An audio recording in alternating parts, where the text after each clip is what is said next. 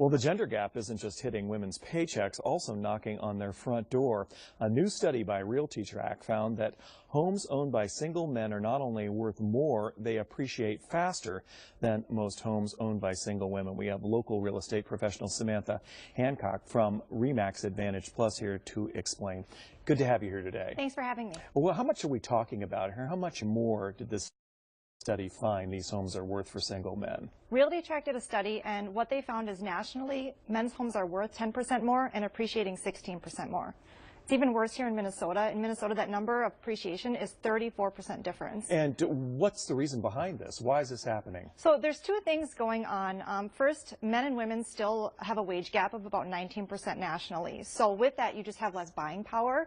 And then the second thing is that women are more likely to look for something that's updated and move-in ready. So between the loss in buying power and the desire to have something that's 100% ready for them, what the data is showing is they're moving into less desirable areas where they don't get that appreciation. So are you better off sometimes buying something that you can make some improvements, some cosmetic changes, and then you can reap some of the appreciation from that? Is that what helps? Absolutely. And so when I sit down with a client, that's one of the first things we talk about is just, don't bust your budget. When you get your pre-approval, try to kind of go towards the bottom of that number where you're really comfortable.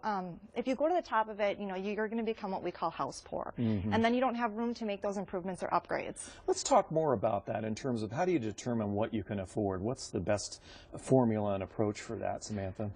If you're working with an agent, they can really help you kind of dig into what utilities are, what your cost of living is. So the first thing is just write out all the things that you owe in your life and then add the mortgage to that amount. And you don't want all of those things to add up to more than maybe 30 or 40% of your total monthly income. And your next piece of advice is true of almost everything you buy. You say shop around. Absolutely. And a lot of people think of just shopping around for a lot of houses, and that's good. But also on the mortgage side, which to us ladies is not the fun part, shop around for that too, because the numbers show that women are paying higher interest rates than men, 0.4% more, because a lot of them will go with the first person that's referred to them, which is great. But it's always good to let your lender know that you are going to be shopping around so you get a really competitive interest rate. And they are competitive with that. And yeah. they like getting you, and this is absolutely lifetime that they have you with them as well. Absolutely. You say look ahead, think resale. Sure. So again, this is kind of having the bigger picture of not necessarily seeking something that's 100% ready.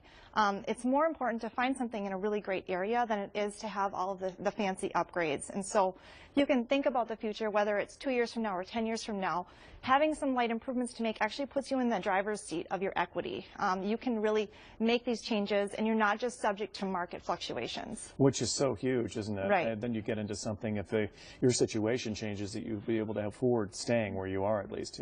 Exactly. Yeah. Exactly. Thank you. Good conversation today and got us thinking, that's for sure. Yeah. Thanks so much. We have information for you, by the way, on KARE11.com. All you have to do is look under the Shows tab and the News at 4.